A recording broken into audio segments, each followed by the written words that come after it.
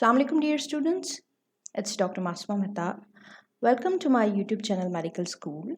Today I'm going to present thyroid examination. So the learning topic of today is thyroid examination.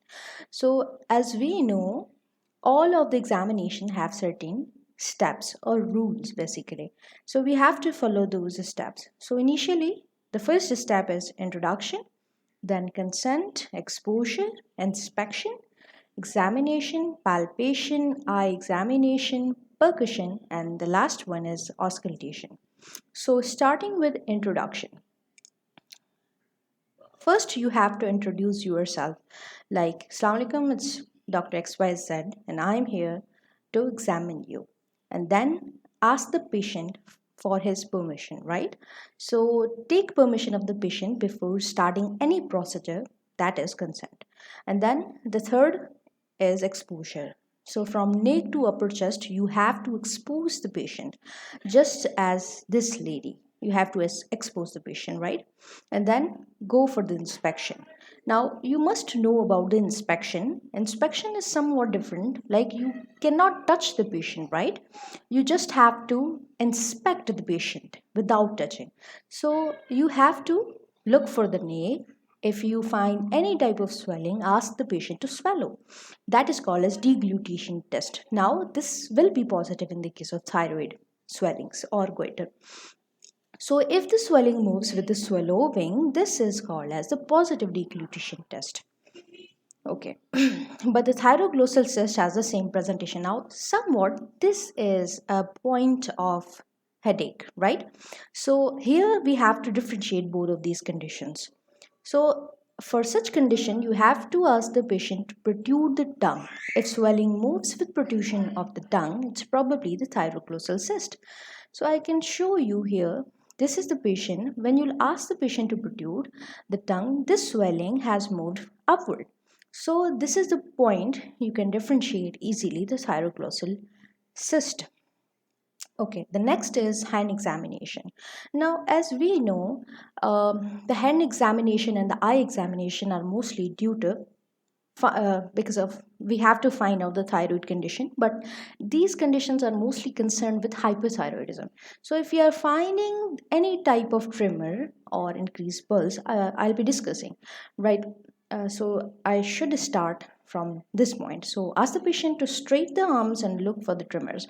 As I have discussed, the tremors are only because of hyperthyroidism, and then go for the pulse. You have to check the pulse. There will be increased pulse rate in the case of hyperthyroidism. There will be sweating in the case of hyperthyroidism, and inspect the nails of the patient for clubbing if present indicates Graves' disease. Now, here is pseudo clubbing. Okay. So, this is the posture of the patient. You have to maintain this posture of the patient, then straight stand here or here. From the right side and from the left side, you have to examine the hand. If there are any tremor, you can easily note it. Okay. Then we have neck examination. So we have to look for the site of swelling, size of swelling, shape of swelling, scar, pigmentation, and engorged veins. Now this term is used in somewhat special occasions, right? So here you can see this happens when there is retrosternal enlargement of the thyroid. Here we will discuss about the retrosternal thyroid. So you can see here this is the normal position of the thyroid gland. When the thyroid gland descends down, this is an abnormal position. Okay, so when this thyroid gland descends down behind the sternum, it is called as retrosternal thyroid, and it will create pressure on nearby veins. So that will lead to engorgement of veins here and there. Okay, so the seventh step we have is palpation. Palpations. Okay, start palpation from front and look for temperature. So here the temperature is due to, you can see if you find the increased temperature, that is because of thyroiditis. So this is the diagnostic point. Okay, then go for the size, shape of the swelling, consistency of the swelling, whether it's firm, hard, or stony hard, and then go for the skin overlying the swelling. look for the lower limit of thyroid gland. This is the main point I'll be discussing in next slide. But before that, we have to discuss the front palpation. So you have to palpate the patient like this, in front palpation, right? And then to find out the lower limit of thyroid swelling, go back, go to the back of the patient, flex the neck of the patient, put both of the thumbs behind the neck, place the hands in front of the neck, and ask the patient to swallow. This is the behind the back position. So this is both of them, these thumbs are actually behind the back, and these four fingers are in front of the neck, right? Now this will help you to palpate the lobes and to find out the lower limit of extension of thyroid gland. Okay, so when you will apply, first of all, you have to ask the patient to swallow. When the patient will swallow, you will find out.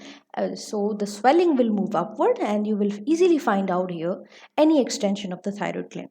And then you have to palpate the lobes by applying the pressure. I will demonstrate this in this picture. Okay, so when you have to when you are going to palpate the right lobe of gland, then you will pressurize the gland from the left hand, so the gland will move towards the right side, so you can palpate easily from to the right side. And as you have to do similarly with the left side. Okay. And after that, the next and the most important step is to palpate the lymph nodes of the neck to find out any malignancy, right? Now, as we know, we have certain levels of lymph nodes in the neck. So you have to palpate those levels. If you find any swollen lymph node, then there can be chances of malignancy. So this step is important to exclude the malignancy, right? Okay. So the next one is eye examination. Now again, the eye examination depends all about hypothyroidism. So you will find such signs I'll be discussing, but in the case of hypothyroidism, so there can be lid retraction, exophthalmos, chemosis, Stillweg sign, Moebius, jaw fries, jal ramples, and von Graffi's. Okay, this is the lid retraction. Now here you can see the upper eyelid is above, and it's just retracted, right? So in the, this is the lid retraction. But in the case of exophthalmos, there is protrusion or bulging of the eyeball. Protrusion or forward bulging of the eyeball is exophthalmos. Um, but you can see here is only lid retraction, so that is the differentiating point between them. And then von Graffi's sign, you can see the patient looks down, but the upper eyelid does not follow the lead of the eye, so that is von Graffi's sign. And then we have Dalrymple's sign, Moebius, and Stillweg sign. In the case of Dalrymple's, normally you can see the upper sclera is not visible, but in the case of Dalrymple's sign or Graves' disease, you will see the upper eyelid, the upper sclera is visible as well. So this is positive Dalrymple's sign. Moebius sign is something that normally whenever we see something very close, the convergence of our eyeball occurs, right? But in this case, we cannot converge the eyeball. This is called as the Moebius sign positive, mostly occurs in the Graves' disease. Okay, then we have Stillweg sign. This is the absence of normal blinking that leads to staring look of the patient. Okay, the last sign is Joffrey sign. Now here you can see the patient is asked to see upward. So the patient is seeing upward, but there is no any wrinkling in the forehead. So this is called as the Joffrey sign, and it's also positive in hypothyroidism. Okay, now if you find all these signs, then go for the accommodation, eye movements, and field of vision. The second last step we have is percussion. So this is done over the sternum, manubrium, and infraclavicular region to exclude the presence of retrosternal goiter. I'll show you how. This is the way the doctor is doing percussion. And if there is retrosternal extension of the goiter, then there will be dullness of the side. So this is a diagnostic point as well. Okay, the last one is auscultation. So auscultation is important to find out the primary thyrotoxicosis. If there is a positive auscultation, I mean to say, if there is a primary thyrotoxicosis, you will get a systolic brood